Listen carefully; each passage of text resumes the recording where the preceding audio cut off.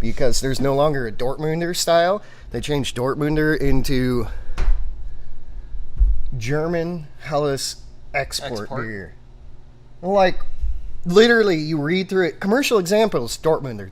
Yeah, I was gonna say. Like, that is interesting. It grew up in the region of Dortmund. Yeah. Like, god damn it! Why didn't you just keep it Dortmunder?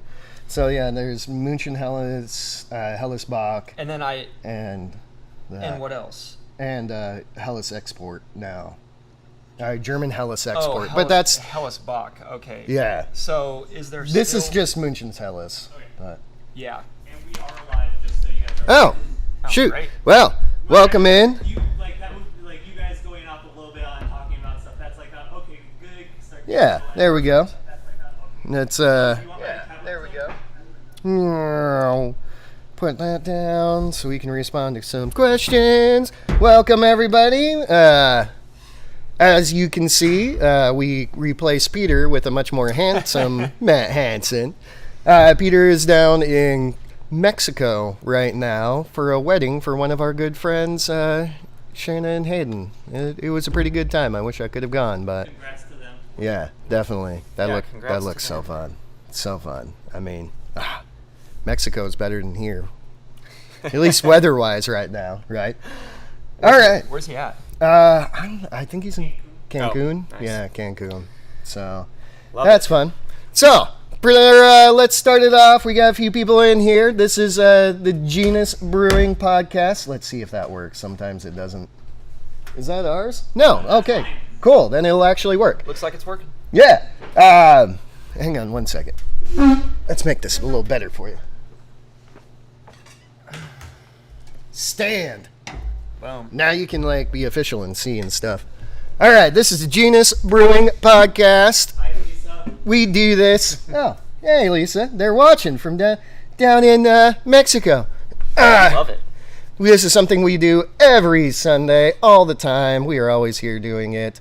We're going to talk about some brew news. We're going to get into the brew of the week. We're going to do a couple of topics, choice topics of continental European beers. Primarily going to be lagers and stuff because we have the wonderful Matt Hansen on from Whistlepunk Brewing here in town. If you have not been to Whistlepunk, get yourself some hands on it because that is literally the best brewery in Spokane. Absolutely amazing. You can't beat them. Especially for lagers and stuff. I mean, literally, you collab with some pretty good people, big people with lagers and that stuff. So that's gonna be fun. Speaking of which, you're gonna be at Varietal's Bachfest. Yeah, Goatfest, Bachfest. Yeah. So, what was that, May 14th? I think. It is. Yeah, May I'm planning 14th. to go. Yeah. So that's it. Varietal Brewing in Sunnyside. So it's going to be a super cool event, kind of a Bach beer event. So everyone brews different Bach beers, kind of an invite event. So there's some really great breweries there, and we were excited to get invited. Oh, yeah. Man. And if you haven't had Varietal yet either, drink Varietal's. Varietal. It's an odd location, Sunnyside. I mean, that's a little out of the way for most people's travels, but 100% worth it. Yeah, so they're one of my, yeah. John Young Hill, thank you very much for the super chat. That's pretty awesome. Good to see you guys on this morning. What else are we going into? All right, what kind of news you got? What are you coming out with? What's the tastiness downtown? I mean, lots of lagers still. So we're obviously getting into warmer weather. So we just canned up German Pils yesterday, which is we're gonna drink some of that. One that we don't do year round. We do Czech Pils year round. We pretty much do Helles Lager year round. I like bringing German Pils around during the warmer months. It's a little snappier, a little brighter than like Czech Pils. Yeah. So that's great. Just put out a nice cream ale, Kolsch. Got lots in the tanks, so lots of lager. Yeah, 10 Plato Czech Pils. Ooh, yeah. So. Oh, that's actually something that is cool. That you guys are doing that. We had a guy come in a little while ago. We're gonna work with him a little bit on creating more of the Plato degree Czech lagers, Czech Pils. I mean, they're that. He loves the 12 degrees and the 10 degrees. Yeah, our normal's a 12 Plato Pilsner, but we did a 10 Plato for the summer or for the spring, something to finish like 4% alcohol and crush it all day long. Yeah. So. Drink it like you should. Yeah, exactly. Yeah, all right. That's pretty awesome. Well, you guys just had you were in the West End Beer Fest. That was Yep, pretty fun. yep. Poured a lot of beer. a lot of beer, honestly. That was a crazy event. Yeah, if you guys didn't make it out, you missed out. Do it next year. That looked pretty. I didn't get a chance to get down there, but we'll be doing our Kolsch Fest again soon, which is a fun event where we serve Kolsch all day out of stained glasses and have the trays and everything. So it's just a day of Kolsch. And I mean, if you guys take the coasters and if you need a keg of a coffee Kolsch, I know some people who do a delicious one. Are you guys still making that? Oh yeah, it's fantastic. Well, especially since we get to use the 7 barrels downtown exactly. now. I leave it in the bright tanks for proper lager in there. It's so good. It's nice. so good. All right, so new beers for us. Let's see. This week we've put on a mixed berry tart ale. That one was really fun, kind of nerve-wracking. I definitely, totally, purposefully sour mashed a blonde ale. And it came out tasting really amazing, really bright and lemony. So we mixed that with some, strawberry, blackberry, huckleberry. And it's a really nice summer drinker. Great. I mean, little fruit juice to crush. All right, the Morales Vegeta is back. All right, Morales Vegeta, if you did not get that before, this thing is amazing. We took a Belgian Golden Strong. I can't call it that anymore, but we took a Belgian Golden Strong, shoved it in a wine barrel from Walla Walla Vintners. I believe it held Malbec, but I might be wrong in that one.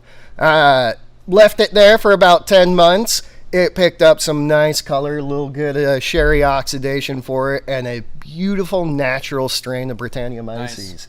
So it's got a little funk, a little bit of sour in there, a little bit of pineapple. We left it in the cooler, I don't know, it's about a year or so. So that's back on tap. That thing is tasting amazing.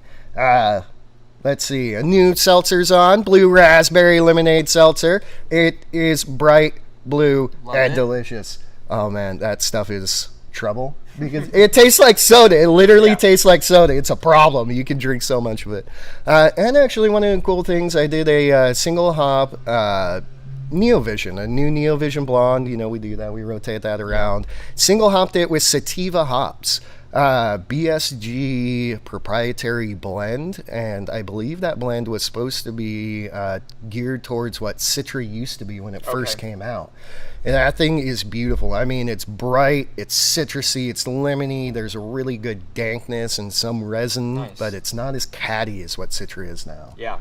Oh man, that's exciting. If you haven't used sativa, I haven't. That's good. I will say the last lot of Citra we got is the best Citra we've ever received in at least 5 years. It's getting back to where it used to be. I think it's coming around. Right? Yeah. It was so catty for a while. I mean, it wasn't even Citra. Yeah. Oh, man. Yeah. We were using Comet a lot. Oh, yeah. Just because it tastes like Citra. And it tasted like what I thought of Citra a lot of times. Yeah.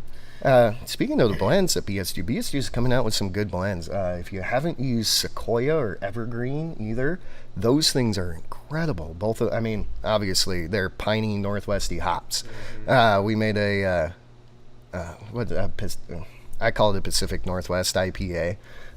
Just because it's not American, it's not West Coast, a little more robust, a little more piney, resiny. It was absolutely perfect. It's like crystal malts in it, or no, not at all actually. Well, there was a caramel malt. Yeah. There was a caramel malt. There was caramel pills in there. I always, whenever I think of Pacific Northwest, like hoppy beer, I think of a little color. Just that little bit of color. Well, it's one of those things that most people use crystal malts for that, but I don't think of that into Pacific Northwest IPAs.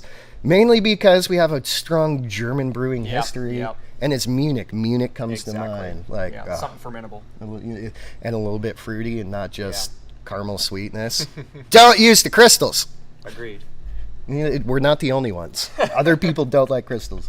All right, what else we got going on? What? There's a dorsal fishy. Oh, nice. Hey, Logan. We started early. Hey, we started on time. It's because, we had somebody more organized helping us out. Thank you, man in the chair, for, keeping us on track and not getting us distracted. All right, what else are we doing? Reese's Puff Porter is coming up. I know we've talked about it a couple of times. I'm going to brew that this week with Natural 20 Brewing. And exciting news for them, they just got their new brew house. Unfortunate news for the Spokane brew scene, as we all know. Hidden Mother closed down. That was sad. It was unfortunate. We were all sad. We didn't enjoy it. But Natural 20 Brewing, which is out here in the valley most of the time, took over the building down there. Mike Tatar, who was the big boss over there, is helping them out, getting them going. So you guys downtown are now going to get Natural 20 beer in a beautiful location. And Yeah. they're still going to have their Valley tasting room. Yeah. Oh, yeah. The Valley Tasting Room is staying there. They're keeping both of them. Nice. So, That'll be a good setup for them. oh, yeah. For all of you nerds and geeks and especially D&D players down there, you know, I'm wearing one of their shirts now.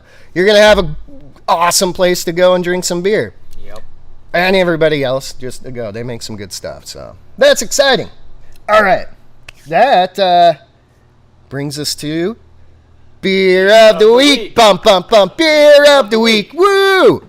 All right. Beer of the Week is coming from Matt himself, one of his favorite beers, the Munich Lager.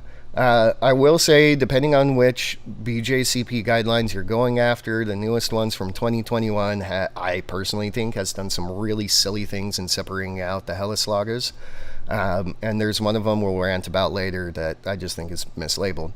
So, but we're going to go with the München Helles. This is kind of your classic Helles Lager. This is what the people of Munich came out with to basically combat Pilsner. Yep. This is their version of Pilsner, and it's awesome. I love Helles Lagers. I do too. Overall impression of that, a gold-colored German lager with a smooth malty flavor and a soft, dry finish. Subtle, spicy, floral, or herbal hops and restrained bitterness help keep the balance malty but not sweet, which helps make this beer a refreshing, everyday drinker. Yeah. Like, everyday drinker. And, I think that's actually one of the things, the vital statistics. You're looking at 4.5 to 5.5%, and honestly, for me, I think that's the 5.5 is pretty high. Yeah. I agree. I like them. Like 4.5. Ours is 4.8. Yeah. But yeah, I like them in the fours for sure. Yeah, and that's really what it's meant to be. Yeah. You drink it every day. You go to lunch, you have a nice Helles Lager with it, and you go back to work and completely satisfied. They're great beers. Yeah. Along with that, in there, the restrained bitterness and the balance is malty but not sweet. That's kind of an important designation versus the Pilsner. Pilsner does actually tend to be a very hoppy lager. Now, granted, hops are super soft, super restrained. No, but they're hoppy. Yeah, they're very hoppy beers. Very hoppy. Yeah. A lot of hop flavor, not a lot of hop bitterness. Yeah. Hop flavor is happiness. Where the München Helles doesn't quite have that. It has a nice balance, but it's really more geared towards the malt side on that. So, aroma, we got malty, grainy, sweet, or moderate grainy sweet malt aroma, low to moderately low spicy floral herbal hop aroma, pleasant clean fermentation profile with malt dominating the balance. The freshest examples will have more of a malty sweet aroma. Mm-hmm. And that's it. This is actually, I know we're talking about lagers, but this is a lager that can be drank relatively fresh, and actually normally is. Correct, yeah. Yeah, it should be. Honestly, lagers in general, they go through a lagering time, but they are best fresh. Right after they're done finishing their maturing process, they do drink best fresh. Most of your light lagers, at least. I mean, that's obviously, you get into box and things like that, and it can get a little different, but... Yeah, aging beers should definitely be aged. And it's kind of a weird thing to think about that we drink the lagers fresh, but yet we age them for a while. We age them until they're ready, and then drink them fresh. Yeah. Drinking it fresh is drinking it fresh after it's been kegged. Correct. Yeah.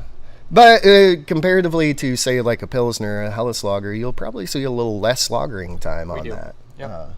Which is, again, another kind of point of these beers that you can turn them around really fast because you're consuming a lot. Because they're tasty. Dang it. Yes, they are. All right. Well, skip over appearance. It's pale gold. I mean, it's pale gold. Don't get... one thing about that, though, is a really nice, brilliantly white head. Yep. Don't muddy that up at all. No color extra in there, and that means stay away from your crystal malts. They're going to color your head on it. All right, moderately malty. Start with a suggestion of sweetness. Ooh, I like that suggestion of sweetness. Moderate grainy sweet malt flavor with a soft, rounded palate impression, supported by a low to medium low bitterness, soft and dry finish, not crisp and biting. And that's another good designation. That's a great designation. Further from Pilsner and Helles. Yep. You know, where Pilsners really have that super crisp, that nice hot bite to it. Yep. Helles isn't going to have that. It's going to be a lot softer, a lot sweeter. Not sweeter. That's the wrong term for that, but Munich Helles is yeah. a hard beer too. It's one of my favorite beers because I do think it's one of the hardest beers to get the balance right. It needs to be. They are malty, sweet beers, but in a way that they finish and you want to keep drinking. Drinking it, yeah. And when your BUs are too high or when they're overly hopped, it's noticeable. And when they're not hopped enough, it comes off as flabby and American fat. light lager type, you know. So it's a very difficult beer to balance right, which is why we're obsessed with making them. Yeah. And that's something we'll talk about a little bit further in the bottom, why some of these beers are so hard to make. And I mean, if you're making a Pilsner, if you're making a Helles Lager, a lot of the time you're using one malt and maybe one hop to go along with this, and it's just the pure expression of your talent as a brewer that makes it good, which is why we love it. And I always say you should judge breweries by their Pilsner. That is, if they have a Helles Lager up there, I think that's a great beer to judge them by too, because it's so hard to, it's a easy beer to make. Yep. It's easy beer to make good, but it's a hard beer to make great and amazing. Agreed. Yeah. You know?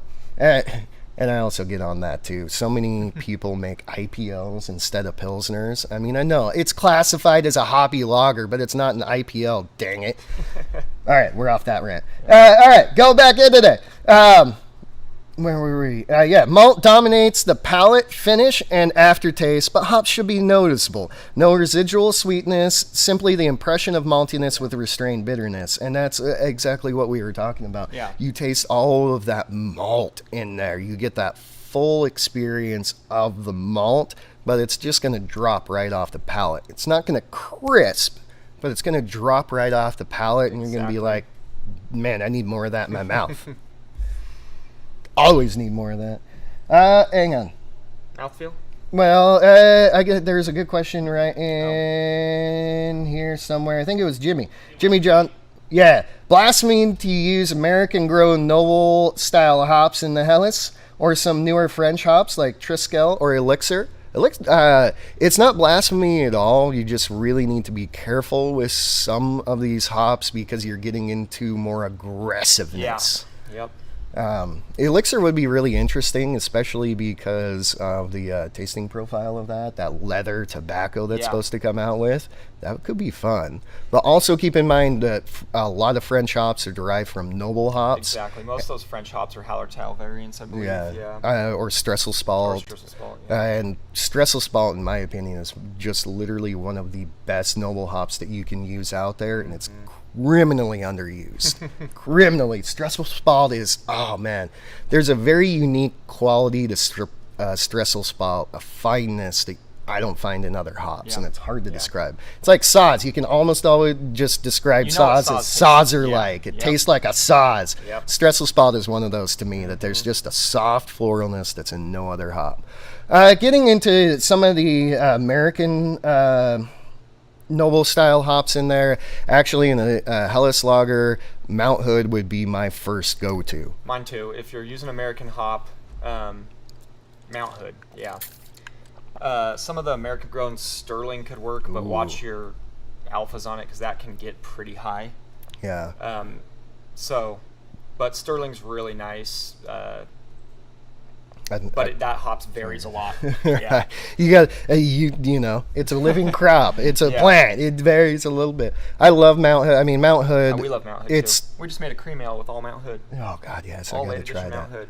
Oh, it's Hallertau grown in the United States. That's what it is. It's a noble hop. It's beautiful. I love the citrusiness. I would also use Willamette in there, a little more restrained, but you could use that. Some of the YCH American Noble debittered hops could be really cool. You could get some fun flavors coming off of that. I don't know if you've used those before. We have, yeah.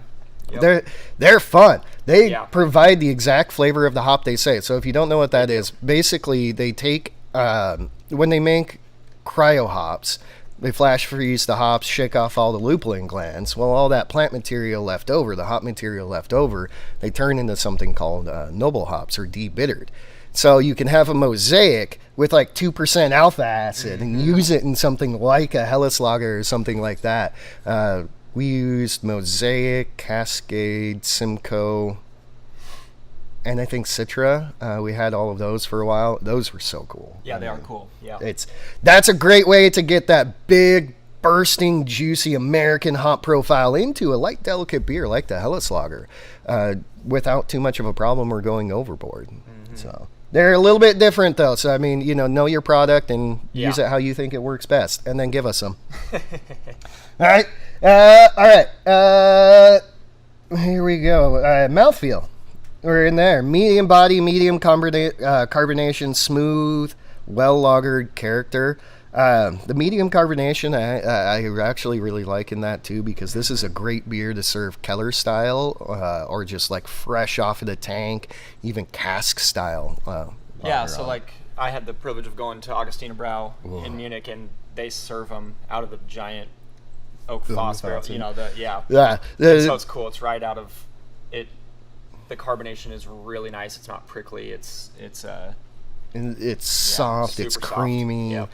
I absolutely and utterly love cask conditioned beers because of that natural fermentation.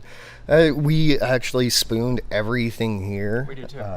I think it makes a huge difference. It's so much creamier. On that. Plus, I don't have to mess around with carbonation. Just screw the spooning valve down and walk away. Yeah. It makes life easier and better beer. All right. Comments. Some fresh or very fresh examples can be more prominent malt and a hop character that fades over time, as is often noticed in export beers. Helles and Munich tends to be a lighter version of those outside of the city. Might be called Helles Lagerbier. Helles Lagerbier is, that's how I know it. That's how I say it. It's just Helles Lagerbier for me. But that is kind of a common thing, actually, in German beers. They tend to be a little bit darker, a little bit more robust in export versions, which is all right, because most people don't drink them quite as often as Germans do in the middle of the day. But yeah, and that is, that's just basically, I'll say, the fading over time. That's just a light lager. As it lagers, it's just going to get lighter in flavor, a little bit more crispy. So, that's just life. That's how it goes. Characteristic ingredients: continental Pilsner malt, traditional German hops, clean German lager yeast. That's another little bit of a difference between Pilsner and Helles. Helles tends to have much, much, much cleaner fermentation on that. It's one of the things that I love about German Pilsner is that little bit of green apple skin in there, the acetaldehyde that gets in there. It can happen, yeah. I personally love that. If I am drinking a Bavarian Pilsner, I want to taste a little bit of that. Yeah, let's try some. Thank you, Matt. You're the best. Yeah, thank you. That's why I exist. Right. Plus, along with that, the Pilsner yeast, especially Czech, can throw a lot of sulfur too, which is really tasty. Yeah, well, in the right proportions. I love sulfur in my lager, but it's a point of contention, especially in America. Man. Well, but when you drink beers in Germany, there is a hit of sulfur that really does. It might not be like it's noticeable when it's not there, but you might not immediately describe it as sulfur. Is what I would say, but when it's missing, you're like, oh, that's missing. That's something in there. It's really, there are some odd, funky flavors that if they're out of proportion, they're absolutely disgusting. But when they're in proportion, that's how you make the best flavor out of these beers. And sulfur is one of them, especially for Pilsner. If you have that little bit of sulfur, it really brings out some delicious, delicious aspects of it. But we're drinking Pils right now. But in the Helles Lager, it should be extremely clean fermentation. No sulfur to that, no banana, no green apple, just crispy. Logan says water. Talk about the water thing. Well, yeah, it definitely can be a water thing too, Logan, and thank you for bringing that up. I'm just not bringing up quite as much about that because if you go to Pilsen Czech Republic water, there's nothing in it. There's nothing in it. And Munich water is softer than the rest of Germany. Like southern German water is soft. As soon as you start working your way north, you get more minerality and then you hit Dortmund, and it's like hard water, and then you get Bavaria, and you're like, oh, a little softer again. Soft. Yeah. So our German Pils is less of a northern kind of German Pils. We try to target more of like a Munich water profile for it, and like some of the Pilsners that we were drinking in Munich, which aren't super available. Like you're pretty much in Munich drinking Helles Lager or Hefeweizen. But the sulfur is in here, and it's so good. So we try to hit a little sulfur in this. This is a beer. This is Hallertau and Saphir. Oh, yeah. Yep. And it's there, and that's the thing. Like the sulfur in this, I smell the malt, and the sulfur is really popping out malt and German malt. Did you use floor malted for this? So this is just best. So we use a lot of different malts, but this is best and just best Pils and best acid. I like that. And that's the deal. That little bit of sulfur note on the end is just driving forward so much graininess that if it wasn't there, you'd be like, all right, cool. This is a nice light American lager. Exactly. Yep. It should not taste or smell like egg farts.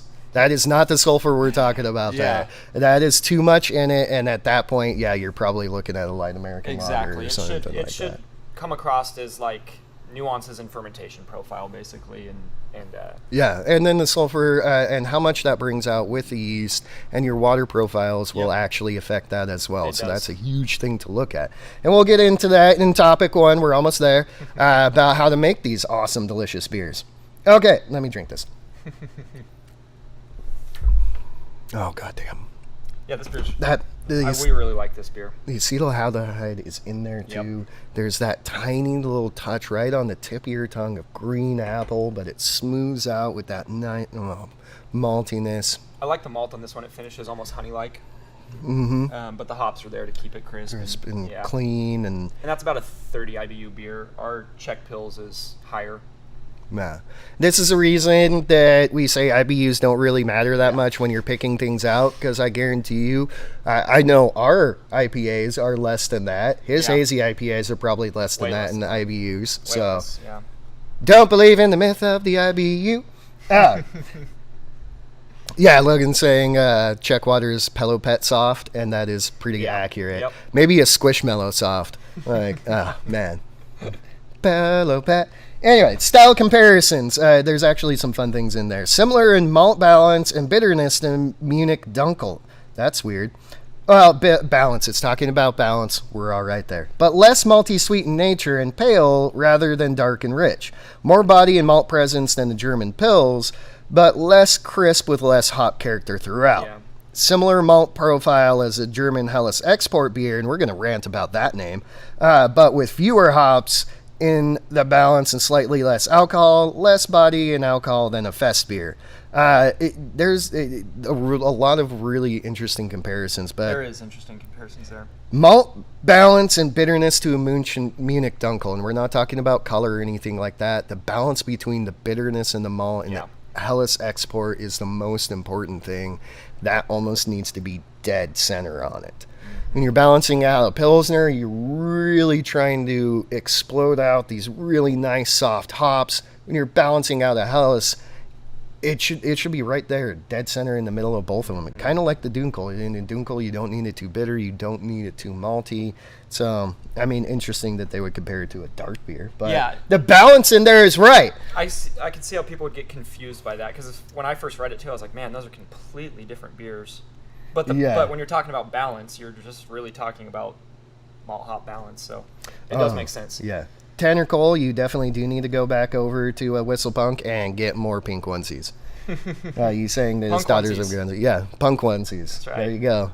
Punksies. That's right. Red punksies. I think that's like one of your biggest selling... Oh, we sell the baby punk onesies. Yeah, that's honestly, it's awesome. I mean, my kid had one of yours. She had some of ours. It's fun because then you brewed it yourself, so you get to proudly wear it out there. Yeah. All right.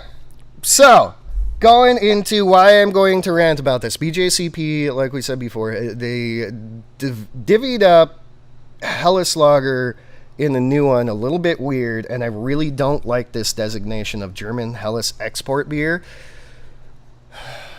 If you look up German Helles export beer, what it is Dortmunder Lager. We had a style guideline for Dortmunder Lager, and Dortmunder Lager is very distinctly different from a Pilsner, from a Helles, from anything else. And my personal opinion, calling it a German Helles export beer is an extreme disservice to Dortmund, Germany, their style, their process, and everything.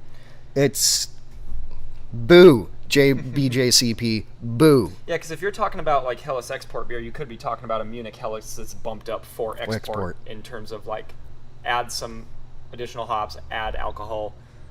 Yeah. So it travels better, which the beers in Dortmund would be completely different. Their water profile's not close. The water profile and the malting are what make a Dortmunder. And the Dortmunder, in my opinion and in history, where it developed from was actually Pilsner, not Helles. Helles was meant to compete with Pilsner. Yes. Dortmunder is Dortmund's version of Pilsner. And their local ingredients, their local water, their local malting created this darker, more robust mineralic beer that is an incredible style. In lagers, Dortmunder is my favorite. I absolutely love Dortmunder. And that is super confusing, especially when you have in the designation up here, in your BJCP things, saying that they make a bigger version to export. Yeah. And you put that in the same guideline and then make another one that's a complete different style of beer. So boo BJCP. This is my rant. Check it off of your boxes. Boo. Bring Dortmunder back. I'm starting that campaign. Bring Dortmunder back. Man. Also, Stefan Studemeyer, if you're on right now, I know you're over there in Germany. Please send us some Dortmunder. Please. Thank you. All right. Topic 1. Let's get into this. We got some good times. I mean, we're kind of cruising through a little bit. Yeah. Do you want to get a couple the two questions that we kind of hit first before we hit topic 1? I saw a question about corn lager, or about flaked corn, and how much flaked corn is too much in a Mexican lager from Tanner. Oh yeah. I don't know about too much. Like, I can tell you, we brew a Mexican lager every year, and I love it. We're about 20%, but I think you could go higher. You really could. Yeah, but I think 20% is nice. Like, you get that corn kind of sweetness, adjuncty thing, but you also still have a nice crisp beer that tastes like Pilsner malt. So yeah. That's cerveza. Cerveza is Germans moving to the Mexico and Latin America. It's making German beer with local ingredients. When you think about Mexican beers, you're talking about Vienna Lager and Pilsner. That's literally what it is. If you get a darker one, Victoria, Pacifico, maybe even Dunkel, like Negro Modelo. Negro Modelo. Come into that Dunkel territory. I think Negro Modelo I've seen classified as a Schwarz sometimes too. Yeah, I mean, it would be a light Schwarz. I don't know that I would, but they're different beers, but they're all based on German beer. It's German beer with corn in it, a lot lighter to drink. Tons of it in the hot weather down there. And corn was available and cheap. Yeah. 20%. I like the 20% on that. I will probably stick around that. You could theoretically, I think you could probably go 50% and make it taste fine, but you risk getting very fruity, extremely dry. Yeah. 20% is going to give you that nice crispy dryness and a little bit of that corn fruitness without taking over either way. So that would be my opinion, if you're doing the Pilsner style cerveza. If you're doing the Vienna style cerveza, I might drop that down a little bit, reserve a little bit more fruitiness out of that, and even maybe use rice instead of corn to get the dryness, to get the puffiness, but not quite have as much fruitiness. I agree. And what hops would you guys recommend for a Mexican lager? So we stick to German. We stick to noble hops for ours. Like, we're Hallertau. Where I think that's a middle fruit beer for us.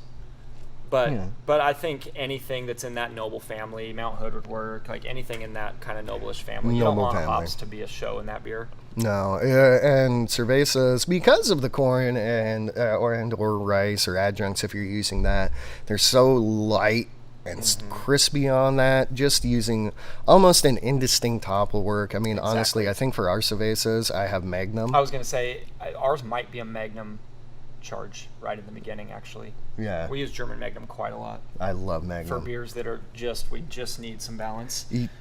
If you just need I need hops in that beer, but I don't really care what it is. Magnum. Actually, that is a Magnum beer for us for sure. Yeah.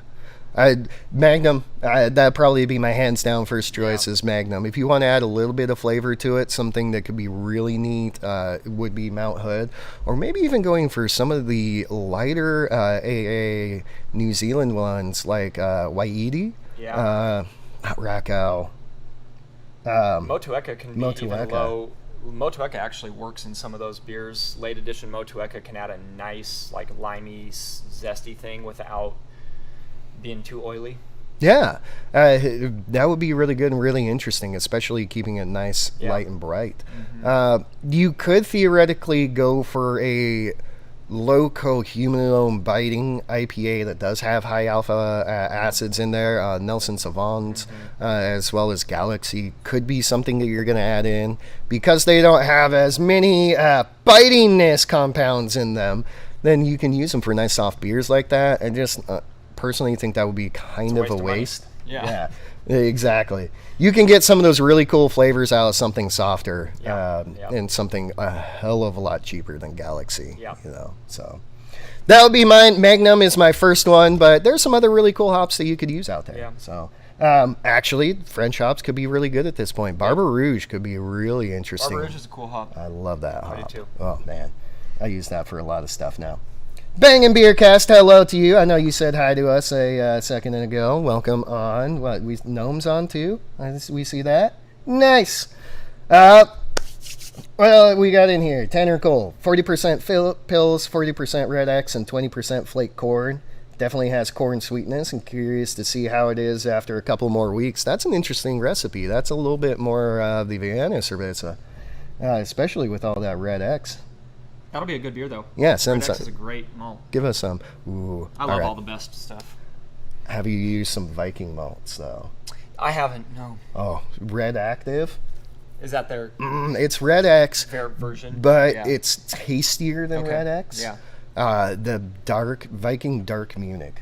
8 Levabond. Cool. 8 Levabond.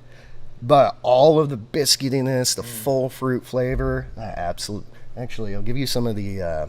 red we have on tap right now. Oh, nice, yeah. I use basically those two to achieve all of that. Great. So, Viking has been super delicious. I've heard good things, yeah. All right. There was, I think we had one more question that was in there. There was a couple others, but yeah, give us one. well. Oh, Jimmy J, what about some Wakatu or other New Zealand beer with I love that lime? idea. Yeah, exactly. That's what we were talking about. Yep. The fine ones that are coming out from New Zealand like that are actually being, they're really cool. We just got an experimental that was very low alpha acid. God, I wish I can remember which number it was. And it had sulfur and hay. And it was very sulfur hay-like. But in the very bottom of the flavor was tropical fruit, New Zealand fruit. A lot of those, so there's a lot of those like second tier Southern Hemisphere hops, and also there's some cool stuff obviously that's came out of Germany with like your whole melons and Mandarina Bavaria, and there's a few of those that when you read the descriptors on them, they'll come across as like almost an IPA forward hop because they'll talk about like citrus and tropical fruits and things like that. In my opinion, they don't have the oil content to really stand up in like full IPAs. They can be supporting characters in them, but they work fantastic in lighter beers like this, and that's where I think they're really best expressed. Same with a lot of those, if you're not talking about like Nelson or Galaxy, all those other Southern Hemisphere hops are pretty low oil and work really well in beers like that. So. Yeah, and that's another thing in there. I mean, I absolutely and utterly love the taste of Hallertau Blanc, but that is so soft it gets lost behind anything else. We use Hallertau Blanc quite often, but we use it in lager. Yeah, well, and the Saison. I love And our the Saison, Blanc we do that Blanc Saison. Saison. I love man, that is hop so with Saisons. good. That's a nice hop. It is Hallertau Blanc's one of my beautiful. favorite newer hops, yeah. Yeah. I was gonna say I think you guys are the ones that turned me on to that as a. Yeah, it's a great hop. We use it in that collaboration beer we do with Lumberbeard, the Lumber Punk, the Italian Pils. That's a Sapphire and Hallertau Blanc beer. Ah, Italian Pilsner. There needs to be more better Italian Pilsners out there. Anyway, moving on. All right, so topic one, basically I have on here, let Matt talk about tasting this a German beer. There's not going to be a whole lot of other writing. But Talk about lagers. You can talk about. well, that's what we're going to talk about a little bit, and we mentioned it earlier. These beers are really simple. I mean, Pilsners, Helles Lagers, Dortmunders, all of that. Even Saisons are honestly really easy beers to make, but they're hard beers to make good because of processes. 100%, yeah. We will talk a little bit about that. Yes, Czech Pils next. We'll talk about the processes that make this so good, and in my opinion, why you should be judging breweries on their Pilsners. And the first point is that they are so simple to make. Because they're so simple to make, because they're so light, there is nothing to hide behind in this. There is any flaw in this beer is straight up in your face. Yep. And you taste it. You get to taste the real talent of the brewer behind it. So. Yeah. So we're obviously West Punk Brewing, downtown Spokane. We make a lot of different beer, but we are a lager-focused brewery. And it is funny, lager, like, you'll hear people talk about how lagers are hard to make, things like that, and it's not necessarily that. I don't think lagers are hard to make. Technically, I mean, it's easy to make a lager. Yeah. I think the thing about lager is all the little things that you pay attention to while brewing that can tend to get skipped over in, like, when you're making big hazy IPA, things like that. Some of those mashing statistics and pHs and things like that don't tend to matter as much. And you can when hide making behind lager, them. I think it's those little tiny things that add up. That's what makes it Yeah, good. The yeah. absolute fine tuning of the beer. You Yeah. can turn the volume up to 11, but making a lager is taking that and then getting the gain and the fade perfectly balanced out. Yep. And that's one of the deals. I mean, people are always like, oh, I judge every brewery on an IPA. Cool. Take a really crappy beer, throw a butt ton of Citra at it, and people are going to think it's the best IPA out there. And that's not even being a facetious joke. Well, and also Like, IPA is it's- such a interesting. There's like some people don't like Mosaic. Some people don't like Citra. It's hard to judge an IPA if, like, you know what I mean. Like, I know people that hate Nelson. I love Nelson beers. A lot of people think they taste like diesel. I was gonna say, Yeah. you know, for me, I'm not. Yeah. I just can't. Yeah, and it's Okay, so well- to judge a. It might be a well-made IPA with a hop you don't like. Yeah. You know? Centennial, actually, I'll tell you what, I love Centennial when it's oxidized and it tastes like purple. Like, that's the only way I can describe it. It tastes like Mr. Sketch, purple smelly marker. Old hilarious. oxidized Centennial tastes like that to me, and that's almost the only point I really love Centennial. Yeah. Beyond that, I'm like, yeah, this is a really cool background hop, but once it gets oxidized and you use it, I'm like, yeah, this tastes really like funny. purple. I like this. That's really fun. Not the beer being oxidized, the hops being oxidized or old. Yeah. And that's the deal. And there's so much you can hide behind in IPAs too. In all honesty, they're really easy to make well. Put a beer together with a bunch of hops and let it go. As long as you don't let it oxidize, you're probably going to make something really tasty. Yeah. You know, Most IPAs nowadays are just fine beers. they're good. They're delicious. But it's one of those things that for me, an IPA really does not show off a brewer's talent at all. That shows that they can brew a pretty good beer. But that doesn't really show off what they can do.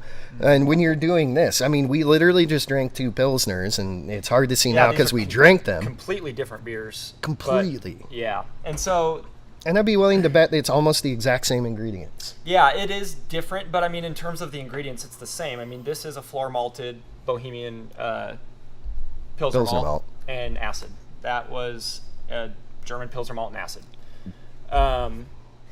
The difference in these beers, Czech Pilsner, this water's a lot softer, and there's a lot of differences. This is 100% Saaz beer.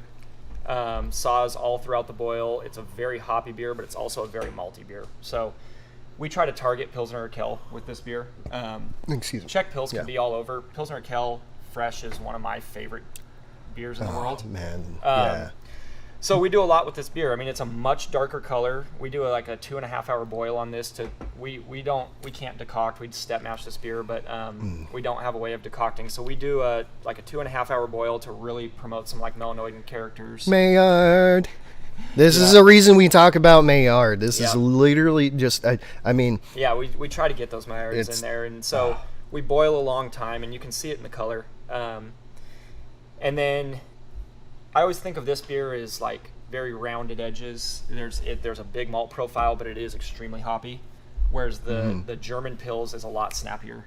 It's almost like sharp corners. Whereas this kind of drink's very soft, very muted. Very, as Logan said earlier, my tummy's soft. Yeah. It is, and that is. But at the same time, while drinking this cleans off your palate a lot quicker than the German did. It does. Feels the bodies, they're soft and creamy, but it drinks a little drier. Yeah, and so and then we do some of that creaminess. Like we ferment this beer cold the entire time and don't do a derest on it. I am okay with a touch of diacetyl in this beer. Pilsner Urquell has quite a lot of diacetyl in it, right? Which really can help like accentuate a mouthfeel. Like it's that slickness, butter, but it's that slickness where it almost comes across as softer. Yeah. So this is the only beer we don't raise temperature and do like a derest. But we found not doing it in this beer has really helped this beer, especially when it's poured on like a side pole handle at our tap room. Properly. Properly. But this beer is definitely one of our only year-round beers, and something that is a labor of love, and there's been a lot of work gone into this beer. So and you can taste that. So those are the same yeast. Yep. We use a different yeast for our Helles lager, actually. Most of our lager, we use Weinsweiner 3470. For our Helles lager, we use the Augustina Brau strain, Harvest. Yeah. So those are two of my favorite lager strains. That yeast to me promotes a little more malt character and doesn't attenuate quite as heavy. Mm-hmm. So, which we love in our Helles lager. Mm-hmm. I'm going to have a quick follow-up question to that. This is coming from the chat between a couple people. What are your thoughts about Kvike yeast being used in the lagering, like Lutra and some other stuff? I love it. Yeah. I love it. I think it's really cool. I think like some of the beers are extremely clean and nice, and you can turn them around quick. And I haven't done any of them. I've had a lot of them, and I think they taste great. I've had some of yours that taste fantastic. Yeah. I would honestly love to see you do a Lutra.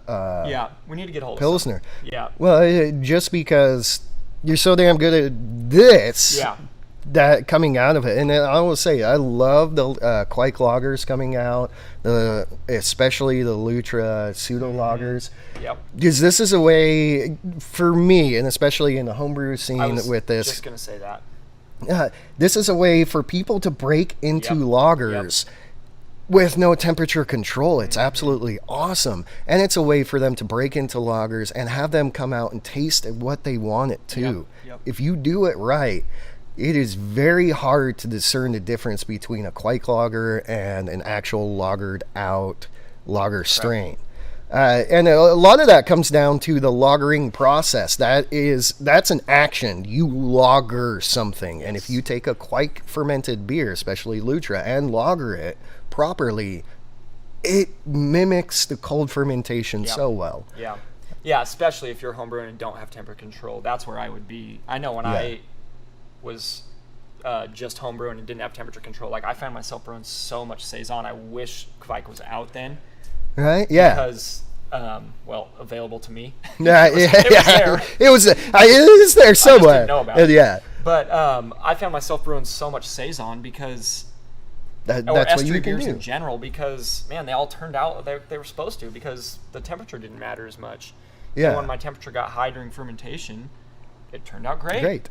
And so, yes, especially some of that Lutra, for if you're homebrew and don't have temperature control, that's where I'd be for sure. Yeah. Along with that, too, one of the things that I enjoy about it is people breaking into the pseudo lager scene with Lutra is a new focus on the importance of process of brewing. That's amazing, because if you are going to brew a pseudo lager, you do have to actually up your game and process on that. It's no longer just let's throw all these things together. You now have to start doing water adjustments. You really have to start thinking about mash rest. You have to think about mash temperatures in there, fermentation schedules along with that. The pseudo lagers, the Quake lagers in there, I love them. I love to see people doing it, because it's really just upping the game for everybody. I agree. Yeah. So we went to, I'd been there 5 years ago or something, but I didn't realize what they were doing. But Reach Break in Astoria, Oregon. They're right downtown Astoria, right close to like Fort George. Nice. But they're using Norwegian farmhouse strain that they procured somehow in all their beer, and we're doing some really nice, like a beer they called Pilsner, super nice, and that was a Kvike beer. Yeah. So it's really nice. I will honestly say a lot of the time, a lot of our beers are Quake. Yep. Just because I think I have 24 taps up right there. Yeah. I have two 2-barrel tanks that I need to keep Turn them around. full. Yep. And I can create all the flavors I need to with Quake and with Lutra especially. Make a Lutra beer, whether it be Pilsner, Stout, Pale Ale, Cold IPA if you want. Cold IPA. Hey, get into that. Would it be a cold IPA at that point then? Is it a lager strain? No, I don't. That's what the thing. we did a whole show on that, and I still don't know the difference between cold IPA and IPL, and I don't see much difference. There is some difference, but Lutra is a lager strain, right? No, you can though. You can put Quakes down to I think like 58 degrees, and it'll still work. Now, technically, Lutra you should be fermenting at 90. Okay. I enjoy 85 to 90, but you can go down further with Quakes. It's just really hard to ferment them out. The temperature range on the back does not say that. The temperature range on the back of them will have normal ale temperatures, and I think maybe even 65 is a low. But I was going to say that it's not just it's they're 68 to 95. So it is high. But I know that you can, because I've done it. You can ferment it out low. You just have to take extreme care of it, and then it will 100% act like a lager strain at that point. You need lots of oxygen, lots of nutrients, really baby it. It's much better to ferment it out at 85. Let Quake do what Quake does. Exactly. That's what I find with most yeast. Yeah. Do what they're supposed to do. Exactly. Patrick Sandy found a Monster with lavender smoke grain. We are ordering that because me and Jimmy both want that. Yeah. No, that Matt Weiser has also found that Monster, and he is going to be doing a smoked beer series with some breweries. Wit. I like the idea of a wit with that. I like the idea of the wit too. Tim's getting most of the malt. Yeah, I'll make something with it. I like the idea of a wit. Me and Jimmy and Tim are the three you use. And if you want a little bit, Matt, we can probably get you. So I'd loved it. Man, that sounds so interesting. When we get some, we'll see what we can do. And if it's good enough, I love lavender. Lavender can overpower quick. Oh my! It's soap, or it's the most beautiful thing in the world. I agree. Like that lavender, I am obsessed with it. I have lavender soap at home. I have lavender all over my house. I make lavender lemonade seltzers. I want to shove it in everything. Peter normally squashes that idea because he's not any fun, and I can say that because he's not here, having fun in Mexico. But yeah, the lavenders. Oh God. That sounds so good. That sounds so good. Yeah, it sounds interesting. The pecan looks good. I know Matt's getting a whole bunch of different smoky malts for us. We're gonna play with a bunch of those. We'll tell you malts. No, so they have some non-smoked malts, but I'm doing a whole smoked amber series. Yeah, love it. Where I'm gonna do same base beer but change the smoked malt, and because time is the biggest issue to homebrewers, I'm gonna try to do as many beers here Yep. in a weekend as possible, which is very, very dumb, but Tim said yes. I love it. Hey. Smoke beer is seeing a huge resurgence right now too. In Well, general. people are starting to make it good Yeah, again. yeah. Alaskan smoked porter is tasty for what it is, but that should not be your goal as a Basis, smoked yeah. beer. My goal for a smoked beer, and I hate that they got rid of it, was Fremont's Bonfire, or not Bonfire. Was it Bonfire? The brown mail. The That was smoked brown. Bonfire, That was yeah. Bonfire. Yeah. Yeah. Drumfire is also what I was thinking about, but Drumfire is Icicle's Schwarz beer. Correct. It's amazing. Yeah. Too. I love that Icicle one. makes nice beer in Oh general. God, yes. But the Drumfire, the smoky brown, when it tastes like you're drinking a beer next to a fire, and you have that smoke around you rather than, oh yay, I'm drinking liquid smoke. Yeah, exactly. Yeah. I am loving seeing smoky beers come back, and there's a lot of cool ways to use it. Actually, we used oak smoked wheat from Wireman. Oh, cool. Yeah, I've And seen that. Yeah. Get it is Yeah. so good. We used it at 30%, and it came out with a perfect smoke. I think you could use it like Roush, almost Yeah. 100%. Yeah. But we cool. used it in our Mexican hot chocolate stout. Oh, great. Just a Yeah. tiny Yeah. proportion. I think I used 5%. Little smokiness in there. Mm-hmm. Oh man, so good. That is a beautiful, beautiful flavor that people are not doing enough with right Yeah. now. Yep. All right, we had a good question actually right here. Funky Brewer, do you typically need to lager beers made with Lutra the same amount of time as those without? And I would say yes. Yeah. Lagering doesn't just have to do with the yeast; it also has to do with flavors Yep. coming together in the right way. Exactly. That's the big thing. Beers will round out and really come together. Like when you first put a beer, there's oftentimes like I'll put beer in bright, and it goes in pretty clear. Like we have our process down for the most part where we go in pretty clear. Within 3 days in bright, it'll typically be close to crystal, and it still tastes disjointed. And then you start to like a week or two in, it really starts to come together. I notice, and those flavors really start to like round out and just become really nice. Yeah. Is what I've noticed. I always equate it a lot to like stew or chili.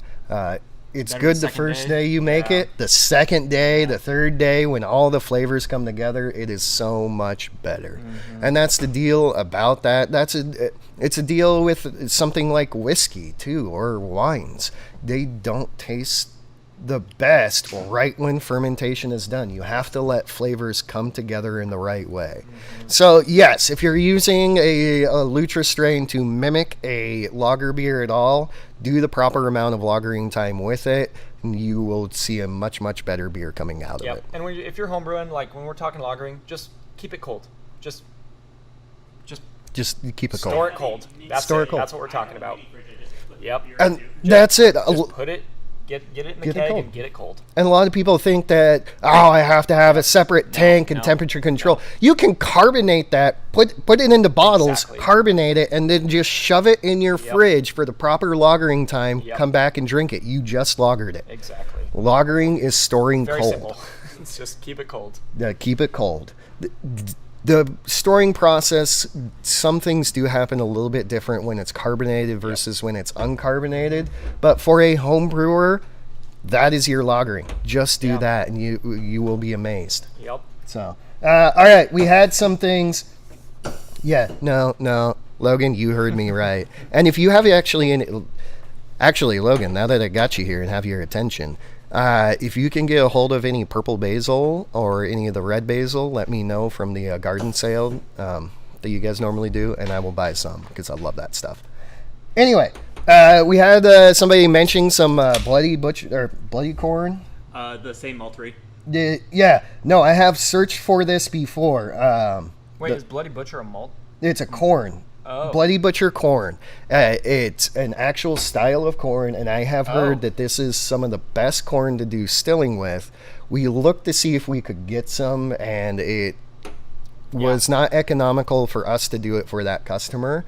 But the flavor that I've heard coming off of the Bloody Butcher corn is Interesting. awesome. If somebody can send us, 20 pounds. 20 pounds.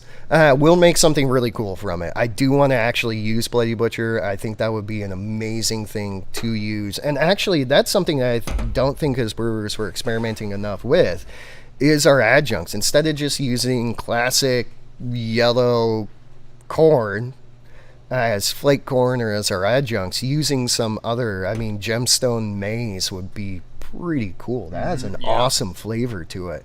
Or using the Bloody Butcher, using some different actual types of corns and rices in there. Rice especially, different rices throw completely different flavors.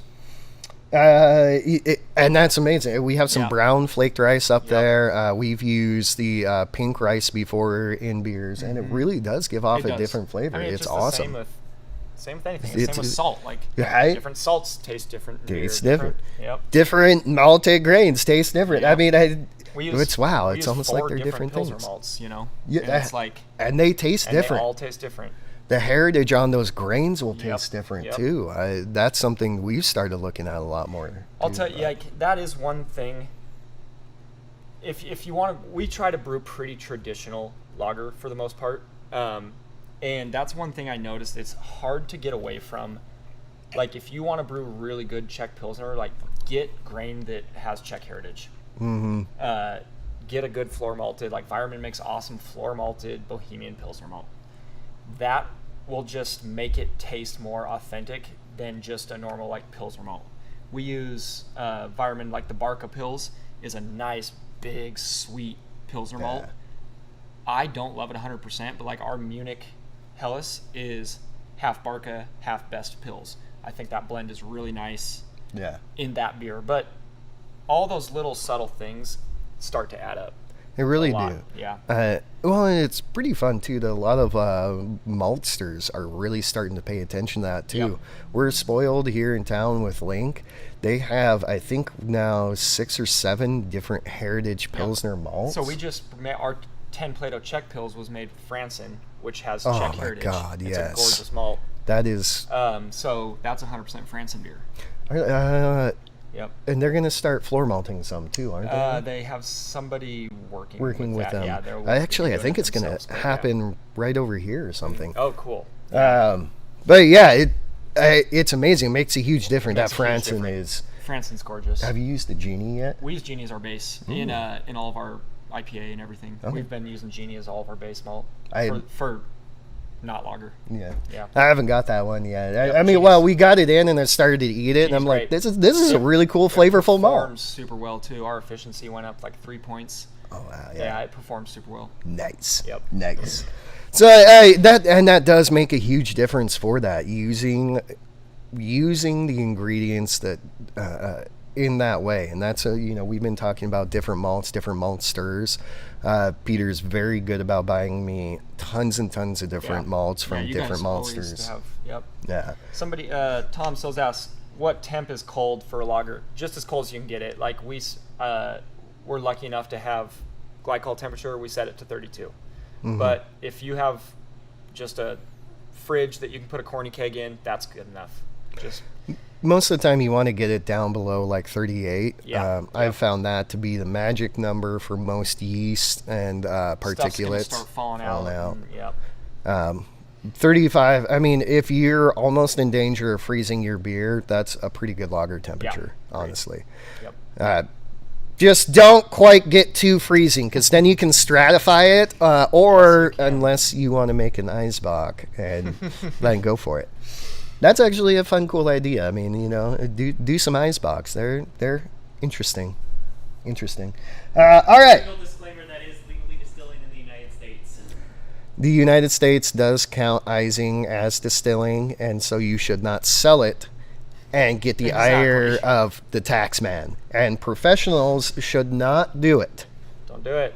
Because the long arm of the law. Reasons. But yeah. Sorry, I had to throw that one because I know that's it is. a weird one. It is weird. It's why you don't see them in America. I know. Jimmy J, maybe we should convince Whistlepunk Matt to do a lilac smoked beer. A lilac smoked beer would actually be pretty cool. I actually like the idea of something like wheat. I think smoked wheat beers are really nice. Oh yeah. When I restart this computer after this, that we can look at Sugar Crate, Tim, and Hey, I'd be all right with that. All right, Shannon, Tygeron, how would you set up a malt liquor recipe?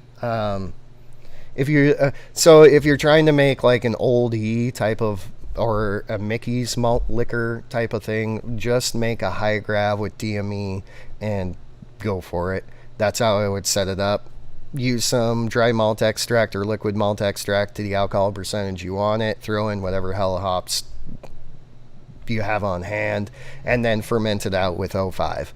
Yeah. That would be my recipe, and build it to your strength. If you were talking about actual like liquor distilling process with corn, I can't exactly tell you how to do that because it is illegal. But if you made a unhopped beer with a high alcohol percentage and then proceeded to heat it to 170, that would probably be what I did. Boom. All right. So I'm just going to ask Matt, the Vienna Lager that we're now drinking. Oh yeah. So this is Vienna Lager is kind of an interesting style. This is on the dark end for Vienna. We don't make like an amber. So we try to always have something reddish on tap, whether that be like Irish Red, Vienna Lager, typically Vienna Lager. And so when people come into our tap room and ask for an amber, here's what we have. So this beer is Weirmann, Vienna, Munich, and Pils, with I think like a touch of Carafa, dehusked Carafa.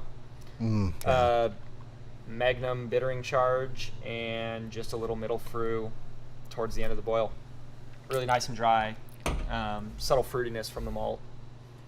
And I'll say Vienna Lager for me actually can take a really wide color range. It is. Vienna Lager, if you make a Vienna Lager with all Vienna malt, you're going to have something that looks like dark Helles. It's not very dark. It's not.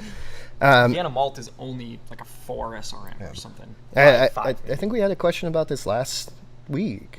Why isn't Vienna Lager made from all Vienna malt? Yeah, it's too light. It's too light. Yeah. You can, and it'll make a delicious beer, but delicious beer. But I don't even think you would hit BJCP guidelines. I mean, are we worried about which that? I'm not worried about. But it wouldn't have the right color and wouldn't have the right flavor to it.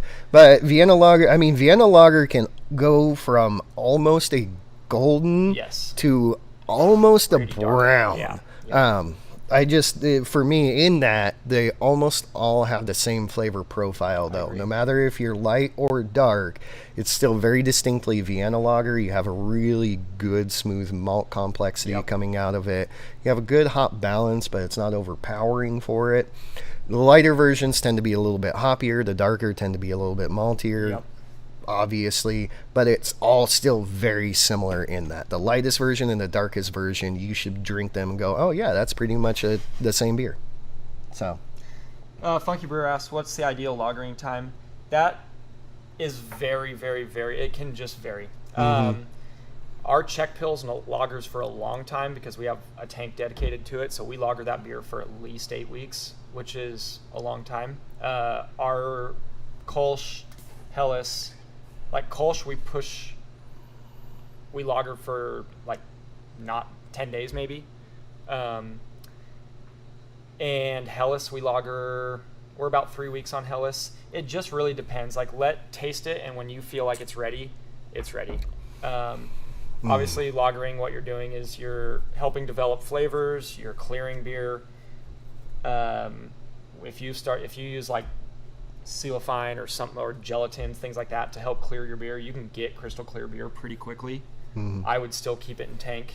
Just taste it, and the more you brew them, the more you're gonna find out where you like it. Also, different beers, like our German Pils lagers longer than our Munich Helles. This Vienna Lager wasn't lagered super long, probably 3 weeks. For a lot of the lager styles, 3 weeks is kind of a minimum and about where you're getting it. Yep. But again, the more aggressive flavors you have, generally the longer time you're lagering it. So the Helles Lager, the Vienna Lager, that are very simple flavors, very easy flavors, and good balance to start out with, 3 weeks is probably a great amount of time because it doesn't have that much melding to do. It's very close to each other. Going for the Pilsners, having that really high hopping rate that goes in there, you have this big high bitterness that you need to give more time to mellow down to the malt. Going into Box have so much Maillard, so much sweetness, and I'm including all Box, Dunkel, Helles, Stoppel, all of that. There's so much bigger flavors in there, they're going to need more time to come together. So generally, you know, Pilsners, Box, things like that, you're looking closer to 8 weeks or longer. But again, like Matt's saying, the best thing that you can do for it is use your face. How does it look? How does it smell? How does it taste? If it is looking, smelling, and tasting appropriate, it's done. Drink it. And the more you do it, the more you'll get better at getting into the guessing range of, I'm going to start drinking it now. So then in 3 to 4 days or maybe a week, when I get to, you know, through the first third of the keg, it's going to be on peak. Exactly. And the rest 2/3 of the keg is going to be peak beer. Or is it a beer that if you let it sit a week too long, it starts to fade off again? So, you know, you have it on and it's beautiful for half, and then it starts to fade. Totally. You know, so you'll get better and better as you brew your beer and know your process and your system a little bit better.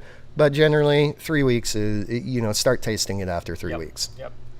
Shannon said, I'll be adding some cashmere dry hop to a Kolsch I brewed. Excited to see the result. I think that's a fantastic idea. I think cashmere is a great hop. It's low enough oil that it'll work in a Kolsch really well. Cashmere is fantastic. It's also, I see a lot of like more hype breweries starting to use cashmere right now for some reason. So I think cashmere, that hop's in vogue. It's a cool hop. I think it works well in a lot of styles. Yeah, it's been around for a while, and it has. Through some of the hop shortages, and you see this when the hop gets super popular and it becomes unavailable. Brewers start using something similar that's been around for a long time, and we're like, oh, holy shit, this is a great hop. Yeah, Comet. I mean, Citra got hard to get. People started using Comet. Right? And Columbus was one of those too. Columbus for a long time. I mean, when I started, granted, I started brewing like 17 years ago. But when I started brewing, Columbus was kind of a dirty hop. You didn't want to use CTZ. It is one of my favorite hops. And then, especially as Amarillo started to get extremely hard to find. It also got floral. And weird. Yeah, for a minute, you know, I think Amarillo's coming back. I love Amarillo. But the people started using Columbus to kind of substitute that stuff out, and then we found out, oh, holy shit, Columbus isn't just this high alpha acid hop. This is a beautiful dry hop. And Columbus, and also hopping techniques got different. Like when I first started brewing, a lot of late edition hopping really wasn't a thing. That wasn't a thing. And so Columbus was never used that way. Now we found out, you put Columbus in a whirlpool and you get these notes that we never knew Columbus really had. Or through biotransformation, things like that. And biotransformation. I mean, biotransformation was a thing that in like the 1800s that was huge because of our brewing practices. Hops were always so late and we couldn't really boil efficiently. We forgot that because we stopped doing late edition hoppings. And then, 5 years ago, all of a sudden biotransformation is the new hot word. Yeah, it really is in thiols. Oh, man, the thiolized. Have you used some of the thiolized yeast strains? So we just got Cosmic in, and then we're using some of that Aromazyme from Lalaman, the B-glucose. So I have a Citra Galaxy beer with mash hopping in a fermenter right now. Man. So some saws in the mash, and then that sounds so good. Yeah, so I'm gonna have to drink that. It's smelling great. I just dry hopped yesterday. Yeah, we digress. There's a good KO Brewing. Yeah, KOs. Is it necessary? Has the follow-up question to it. Yeah. How necessary is doing a step mash when using Weyermann Pilsner and similar Pilsner malts? Yeah. Along with that, do you step mash our local link malts or use single infusions? So here's what I would say. We step mash a few of our beers. We do Czech Pils, German Pils, a couple of them. I think you can get awesome results just like single infusion mashing with all those malts. I've single infused these link malts. They're less modified than or your local malts are less modified than something like like Great Western or something like that. Mm-hmm. But they work fine with single infusion. Maybe increase your mash time a little bit. We do step mash the floor malted Bohemian Pils from Vireman, but I have done a single infusion and got great efficiency, great extraction. I think if you can step mash, I think there's benefits to it, but not always. And if you can't step mash, you can make really, really, really good lager without doing it. You don't need to step mash for the aspect of the grains anymore. Correct. We've talked about it a couple of times, but our so grains modified that- are so modified, we don't need to do that anymore, like the history and tradition tells us to do. But that's not why you should step mash. Correct. There's other flavor compounds and other Yep. reactions that happen in step mashing that make it a very good process to do, especially for light lager type of beers. But on the same it'll hand, make you a better brewer too. Yeah. You'll learn things, and even if you just do a two-step mash, like even if you just do a protein rest and then like a regular sac rest, so something like 120 and 150, you're gonna get better head retention and things like that. Like there's advantages, or there's advantages to it, but also you can make great lager without doing it. you don't need to do it. The malts we have, even the local smaller malteries, it's no longer necessary to do step mashes for the modification of the malt. I do believe it's necessary for certain beers. If you are doing a Pilsner, a traditional Pilsner of any kind, and you do not do a step mash, I don't think you've done it very well, because there are going to be flavor compounds you're missing out on, as well as bodybuilding compounds and head retention compounds that you're not going to get, that's not going to make it as good of a beer as it could have been. Yeah. You're going to make a good beer, not a great beer. Doing step mashes for specific beers are a way to elevate your good beers into great beers and amazing beers. Yep. Is it necessary? No. You can create absolutely great, tasty beers without doing it. You should do it on some beers to really help build that specific style. Yeah. All right. I think we got that.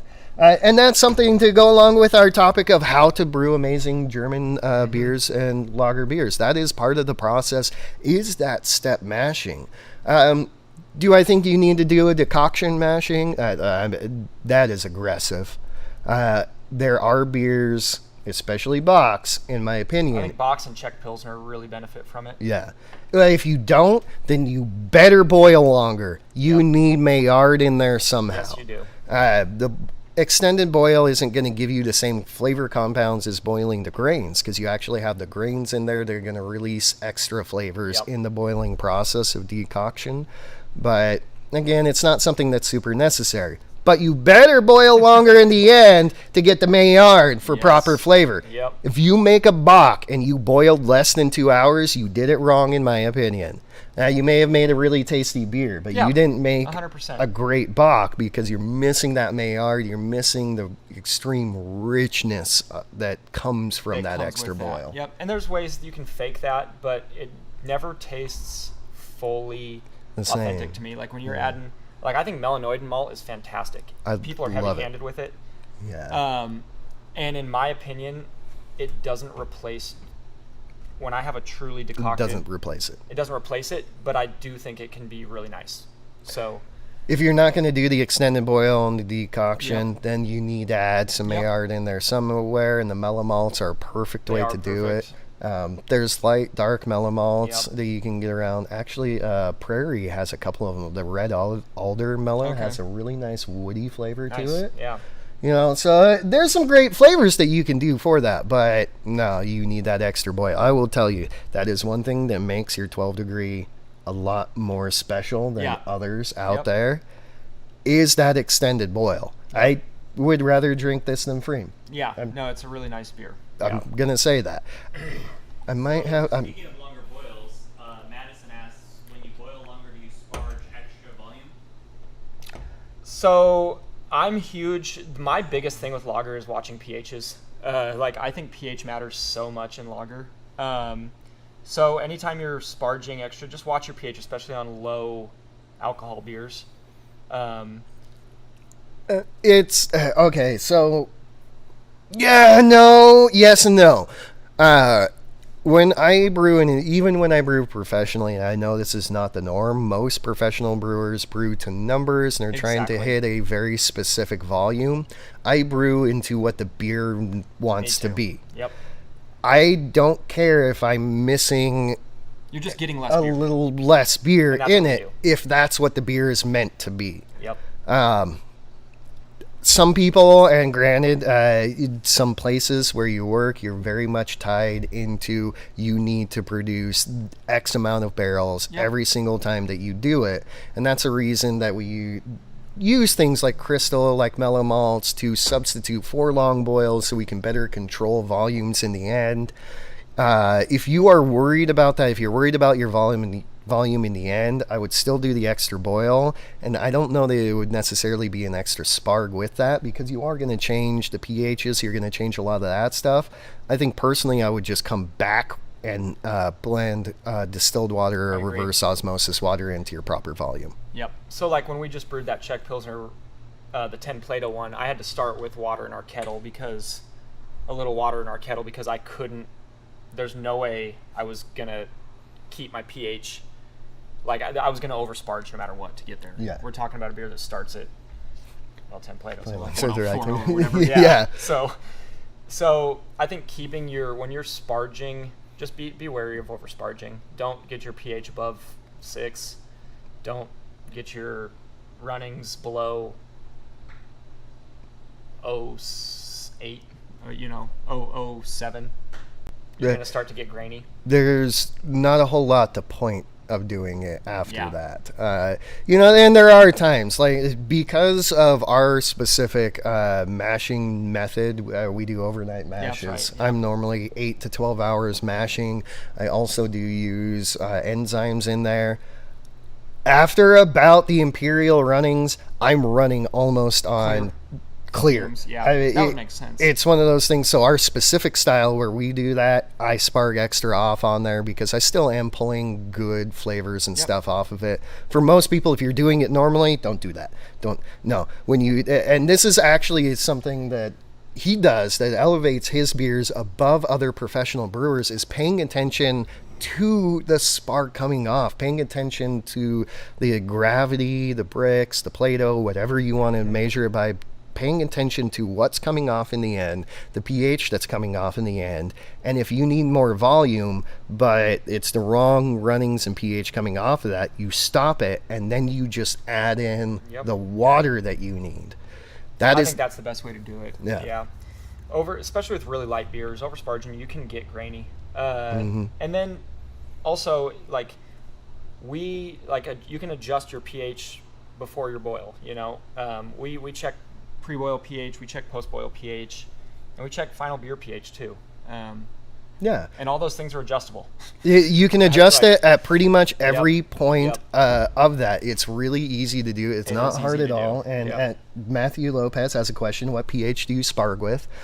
Personally, for me, I just sparg with normal water. We have extremely neutral water where I'm at. Same as us. Yeah. If you are over 7, I would probably adjust that at least back down to neutral water 7. If you are alkaline in yours, maybe you don't need to adjust your sparg water, but you do need to be aware of it. Adjust your mash to buffer your sparg water to keep it where it needs to be. Or, again, as we're talking about, if it's one of those things that you're extremely alkaline, there's not a whole lot you can do about it, pull your sugars off, stop, and then add in reverse osmosis or distilled water and better control it that way. pH, as well as water salts, water chemistry, that is something that we're going to elevate good into great beers. And that's what we've found too. When we started paying attention, we were always really water focused. But when I started paying attention to all the different pHs, I think our beers got a lot better. And that was throughout. Even IPAs did too. But especially the lagers, knowing where your beer's finishing, knowing what your pH is when you pitch your yeast, I think can give you a lot of information. Yeah. It's wonderful. It's really taking it. Yep. It's taking it to an elevated. All right. Yes, that is exactly what I thought it was. I was Sorry. wondering what that was. Ube. I saw that question. Ube is purple yam. It's not taro. We almost did a taro beer once. Ube. We had a question. We'll get into this. But yeah, that's something that we're talking about. This, is it 100% necessary for you to do to make good beer? No, it's not. You cannot pay attention to these things and make good beer. Yeah, absolutely. If you pay attention to them, you will make great beer, though.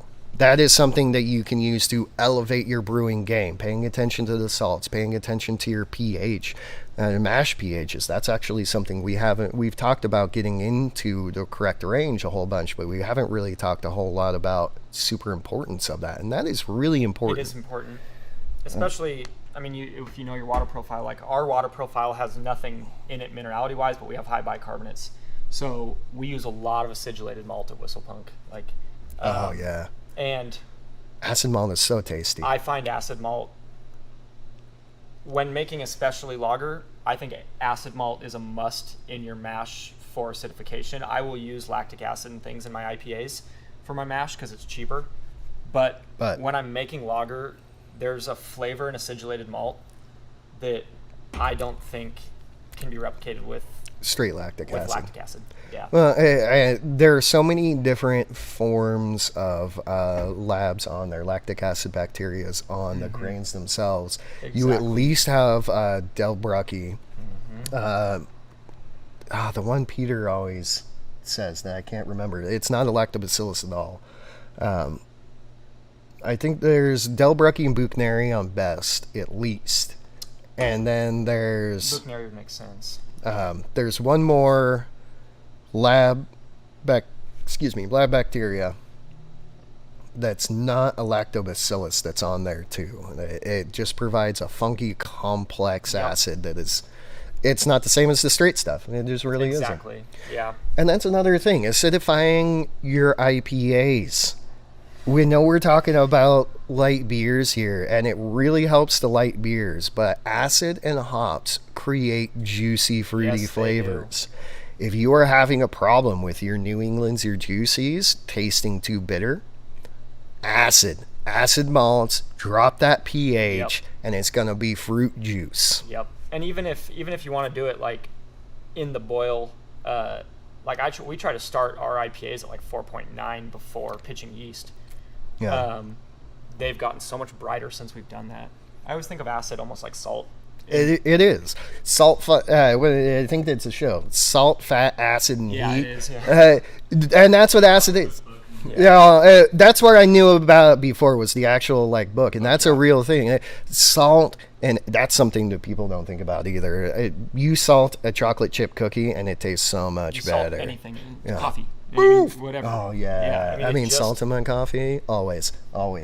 But acid does that too. It's something that I always preach. If you want to make a fruit flavor in anything, you need acid because acid or fruits are very acidic. But in the hop realm, that really just bursts out all the good fruity, juicy flavors. So acidulated malt is amazing for all of your hazies, all of your juicies, and mash pH is something that you guys should really be paying attention to if you're not. Even if you're having trouble, like we've never had trouble with this because I've always kept our pH low in beer, but I know there's a big thing if people are having like haze stability, like your pH might be too high. Yeah. Keeping a low pH will help haze stability too in hazy IPA.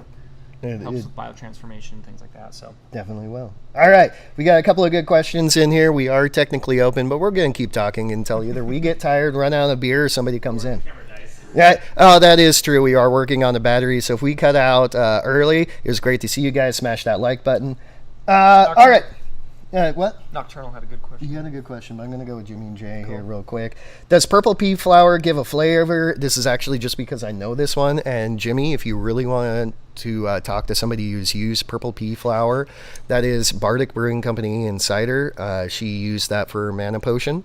The pea flower does give a little bit of floral astringency in there, at least what we found through. Yeah, go for it. That's at least what we found through the cider over there. It can add some flavor, so do be careful on that. Yes, it adds flavor. You're using it as a backup in case your forbidden rice beer loses color.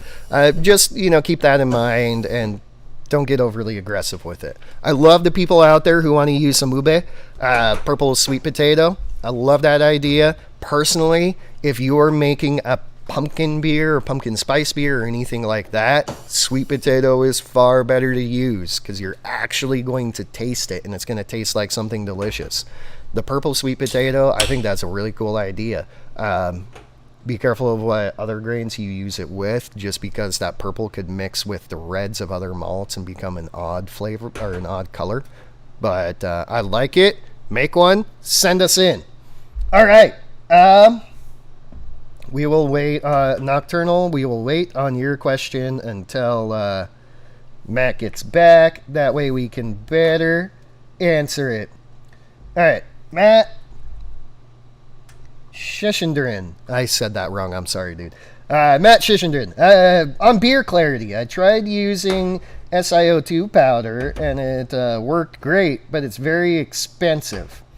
Sold in 60-pound bags. What's your opinion on xanthan gum for clarity? Thanks. Not traditionally used. So clarity in beers, there's a lot of other things that are used before that.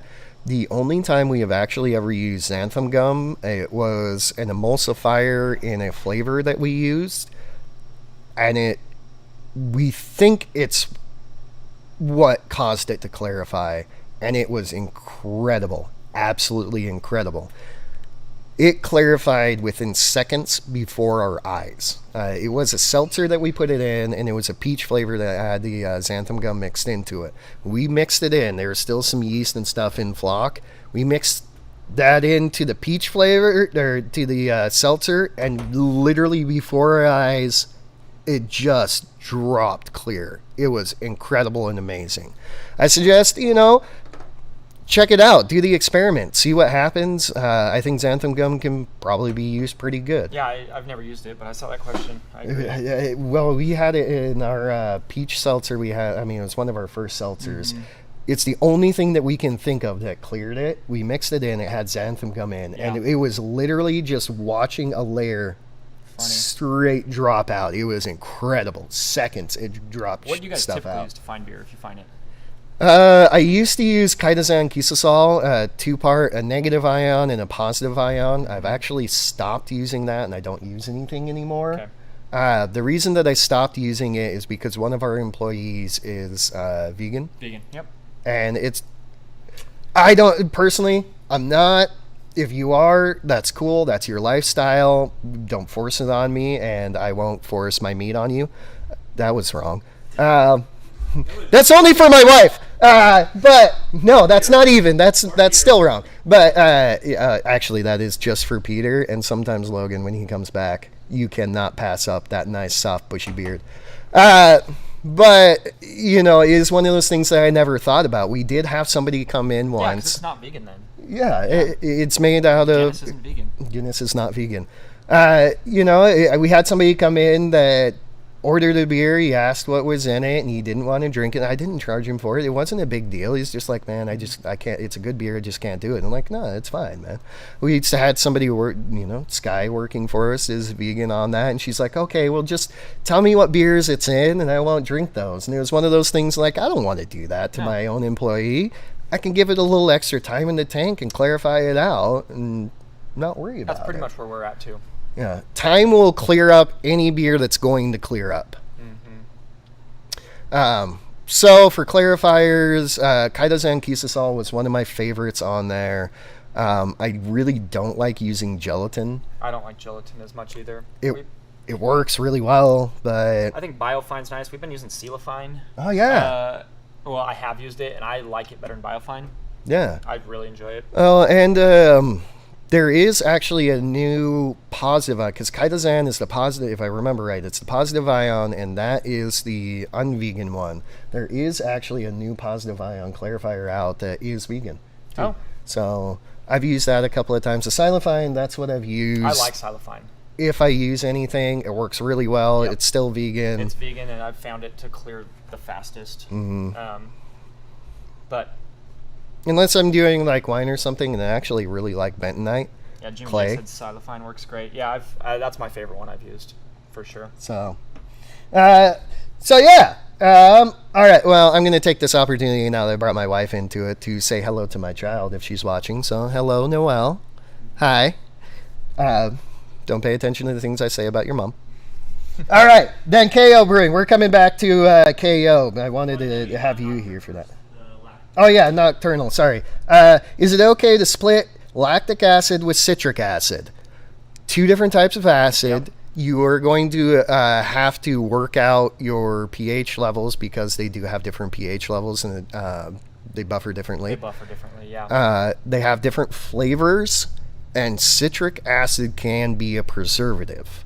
That's in very high amounts. You're generally never going to get there, but it is something you do have to be aware of. If you get a little bit too acidic with that, you're gonna hit something. But yeah, any acid works. Honestly, I know a lot of big breweries use phosphoric acid to adjust pH because it's very strong. We keep phosphoric in the brewery. Yeah. We use it for other things. We don't typically adjust mash with it, but I don't either. But we do other things with it. Yeah.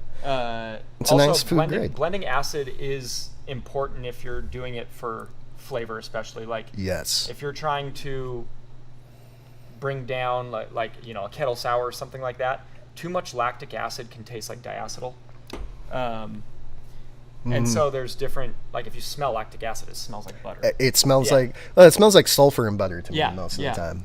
Yeah. So there is flavor in acid, and it's definitely something you should keep in consideration, especially if you're not just doing it for pH reasons. Yeah. And acid blends are amazing. That's actually something that I personally try very hard to do in our seltzers. When I make a fruit flavored seltzer, it's very little lactic acid. I blend together most of the time citric, lactic, malic, and tartaric. Usually I'm trying to hit those blends closer to what the actual fruit is. So if I have an apple flavored one, it's very high in malic acid because that is Granny Smith acid, apple acid on there. If I have a berry flavored, that's a little higher in tartaric. That's normally what you find in grapes and berries and stuff like that. And it gives you a better, truer to life flavor. And it's multi-dimensional, layered, which I always think tastes better. I do too. So, yes, you can 100% do it. Be aware that they have different buffering powers. Adjust yourself to those different buffering powers, and be aware that they have different flavors. Citric has a really high flavor threshold, but once you cross it, it can be very aggressive very quickly. So, it's soft up until you hit a certain point, and then you're like, holy shit, I'm chewing on an orange peel. Is it? I'm sorry. What? Funky. The one that you're starting to read there. Funky. Oh yeah. Is it unnecessary to condition lagers directly after fermentation, since it will be conditioning through the lager process anyways? The lagering process is a conditioning process. That's the same thing. So, maybe to clarify it, make sure your beer is done. Just because you're down to target, attenuation and things doesn't mean your beer's done. There's still things that need to be cleaned up by yeast. So we do a full 14 days on yeast. Like, I don't rush those things. Yeast is very good at what it's supposed to do.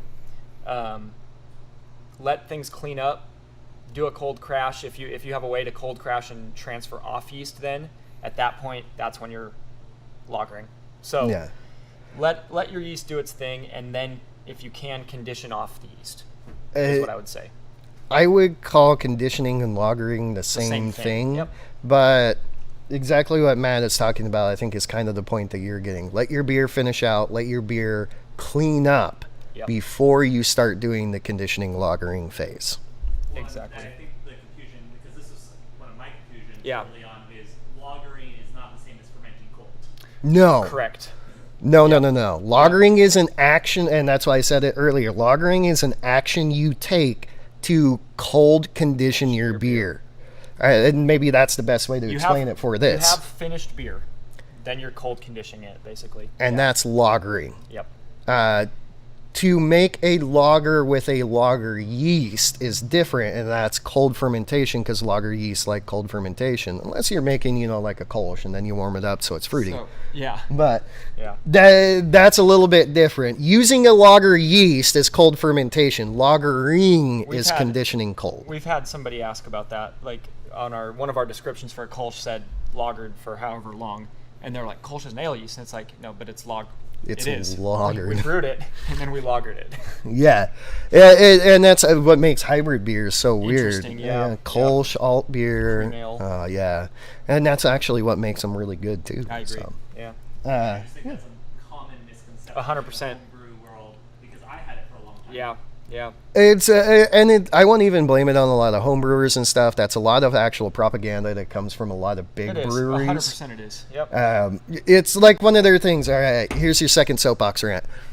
It's one of those things that beechwood aging. You know what beechwood aging does? It speeds up the lagering process. They literally tell you, we beechwood age because we like to take our time with beers. They take the beechwood, they pressure wash it so there's no flavor left in it. Then the yeast can basically nucleate off of the wood and ferment it faster.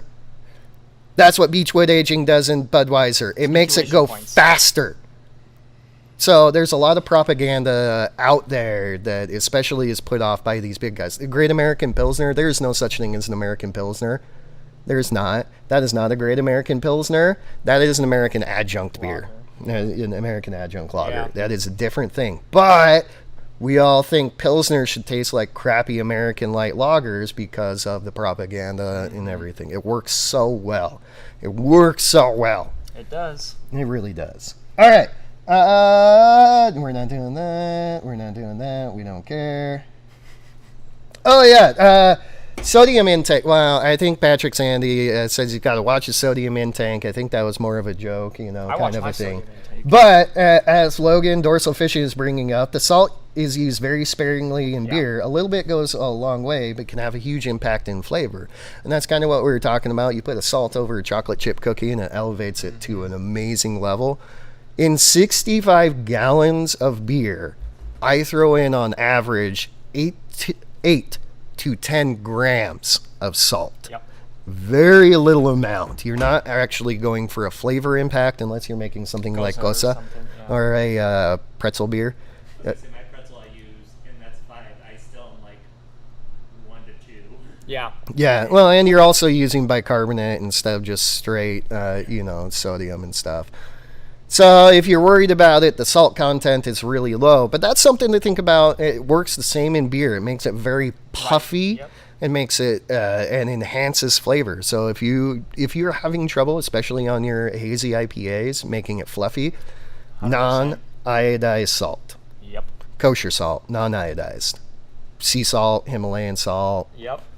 Whatever works as long as there's no iodine in it. And then salt make it in IPAs, hazy IPAs especially, is really nice. I just brewed a kettle sour with, I was kind of going for like a mimosa inspired kettle sour. So it's basically a kettle soured wheat beer. We conditioned it on, we did a bunch of Whirlpool Hallertau Blanc to kind of throw some like white winey flavors, and then condition it on Cara orange puree. But what I wanted it to be brighter, so I added some salt to it. Not very much, you wouldn't know it's there, but like the amount of, like it just elevated the brightness and made it taste more like mimosa. Yeah. And so I'm really excited for that beer to come out. But why do you keep having to make delicious kettle sours that Yeah. I have to go buy? I know. I'm wondering when somebody is coming in today, so maybe we can go drink at Whistlepunk.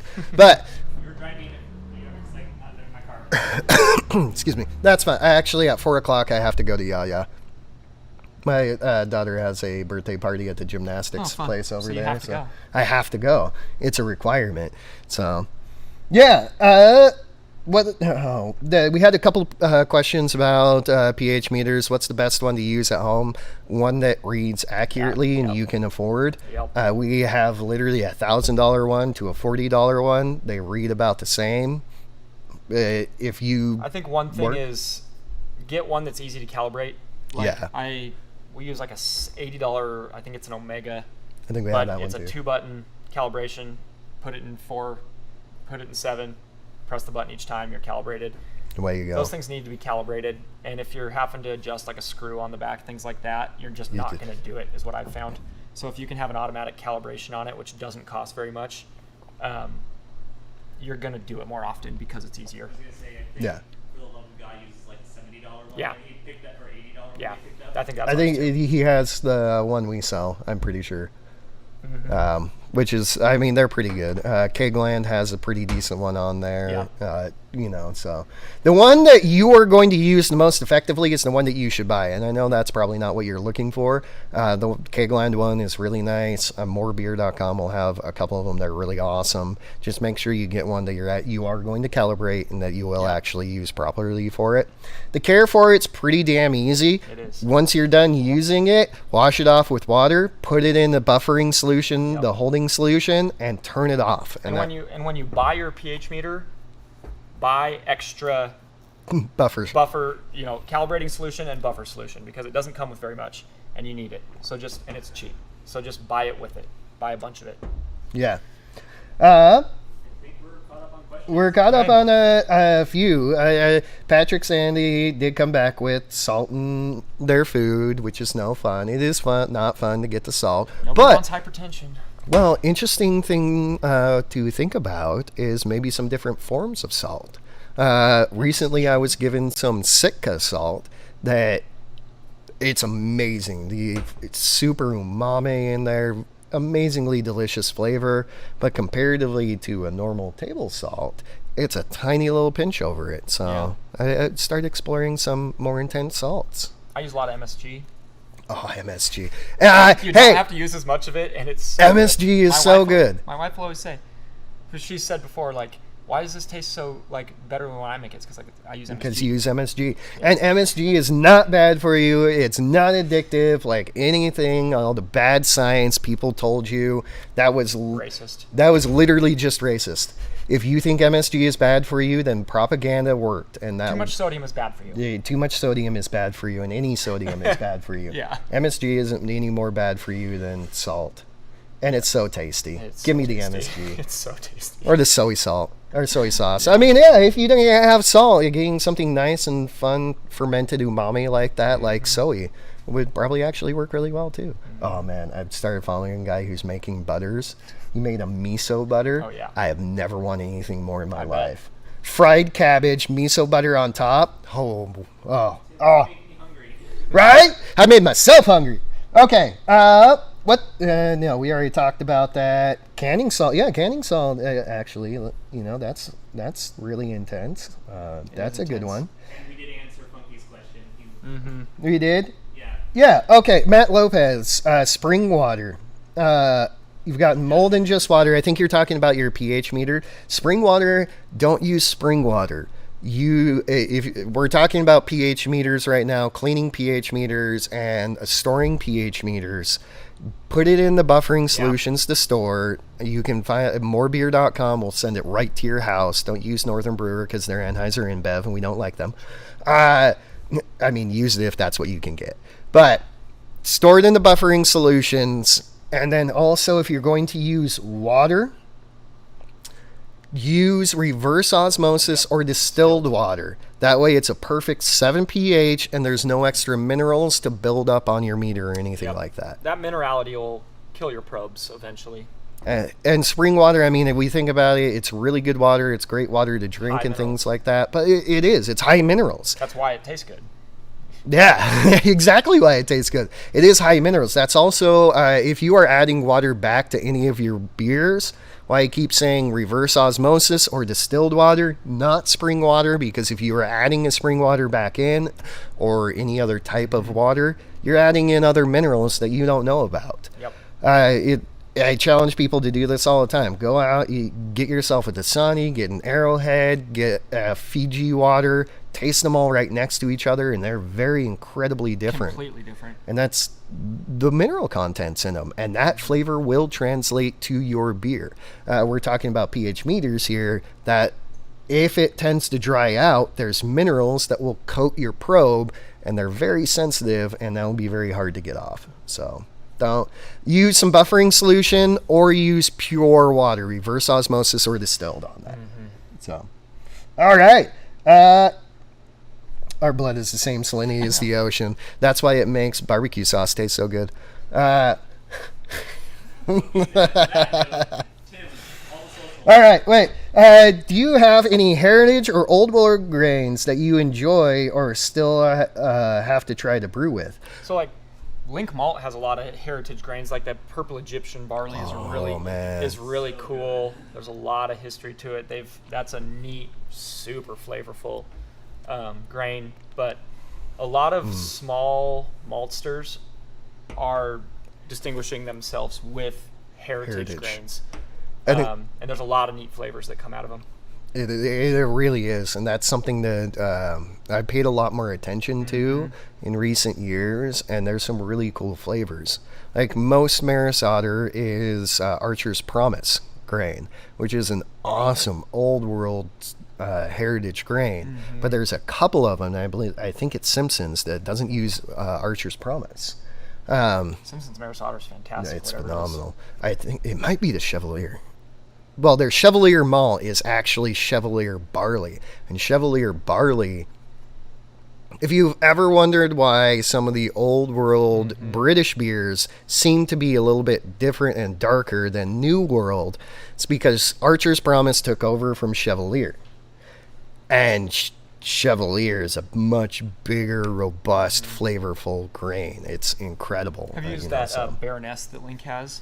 Super flavorful, nutty. Nutty. Really, and these malts, like, if you're trying to make a light beer, they're not the malts you want to use. But if you're trying to do something like, especially British, like milds, barley wines, things like that, some of these big flavorful malts can be really neat. Well, and even getting into light beers, paying attention to heritage on that. Yep.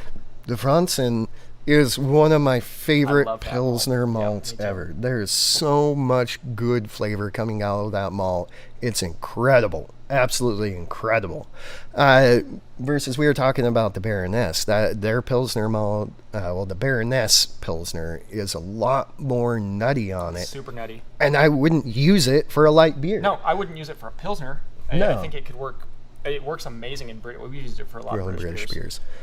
Perfectly for British beers because of that extra nuttiness in there. The Lions that Link has, that's Lion's, neutral. I was going to say Lion's semi-neutral. Genie's real neutral. I haven't used the Genie on that yet.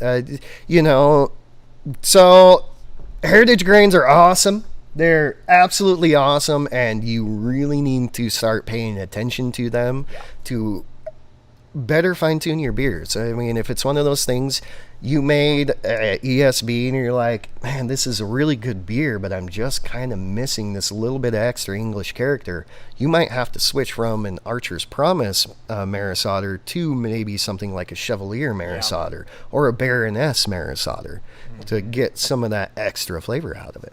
So I would say if there is one old world heritage grain to use that I'm super excited about, the Franzen is amazing. I love that. And actually the resurgence in French Pilsner, I have been loving.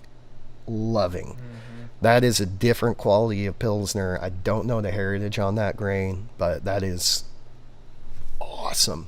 Yeah, hold us some French Pilsner. Definitely try it out. There's a supremely different quality to it than any of the others. Les Paul Slayer, Golden Promise as a base malt that started as a distiller's malt. Yeah, and Golden Promise is phenomenal. I love Golden Promise. Yeah. Golden Promise, it's one of those beers. You can make an amazing Scottish ale, but if you really want to make a true Scottish ale, in my opinion, you kind of got to use Golden Promise. There's a quality in that's not in any other malt. I will say the softest New England hazy IPA I've ever made was a Golden Promise beer. No, oh, I man. don't love that deeper gold color. I like a lighter darker because color. those beers get ugly fast. Yeah. But it was like Ah. blind the best hazy I've ever made in my life. It was an all Golden Promise. Have I you mean, used, not all Golden Promise. have you but- used Halcyon for no hazies? No, but yeah. Yeah, use the Halcyon for Yeah. it. You'll get that big English quality, but super light. Yeah. I think it's 1.8 level bond. Yep. So Oh, that's nice. it might be 2, but Yeah, but that's light it's still. Yeah. super light. You get that Marisotted, big, rich flavor. Some of the Alchemist beers in Vermont, Right. they use like Old World's heritage English bases. It seems like to me, and their IPAs have such a nice malt character. Yeah. All right, guys, we're almost an hour past this, so we are going to end it here. I would like to thank Matt for being here, bringing some delicious beers. It was a pleasure. Definitely, if you guys are in the Spokane area, you got to go by Whistlepunk. If you can find their beer somewhere, there are a couple of collabs that are out on the wider market. Definitely get them. It is worth it. You know how much I love Chuckanut. It's right next to it. I don't know that I'm going to give up Chuckanut Pilsner for your Czech Pils, but I would definitely question myself on which one I'm going to grab out of the fridge. And If you're in Washington or Oregon and can make it out the sunny side, come out, have a variety. Oh, yeah. Bachfest. come to the Bachfest. Bachfest's gonna be cool. That's going to be amazing. Also, see him harass me. Yeah, Matt will be there. You can harass him, and you know, give him beer for us. Back to Genus. Exactly. Give him beer so you can bring it back to us. It'll be a fun time. Honestly, I'm kind of sad that I won't be at that one because I love Bach beers. There's going to be so many good breweries there. So follow us on social media. Whistlepunk's got some good social media going on too. It's absolutely gorgeous. If you want to see what it's like to go drink in a real like Czech bar, but in Spokane, Washington, right there. Right there. All right, guys. Thank you very much. We'll see you next time. Bye, everybody.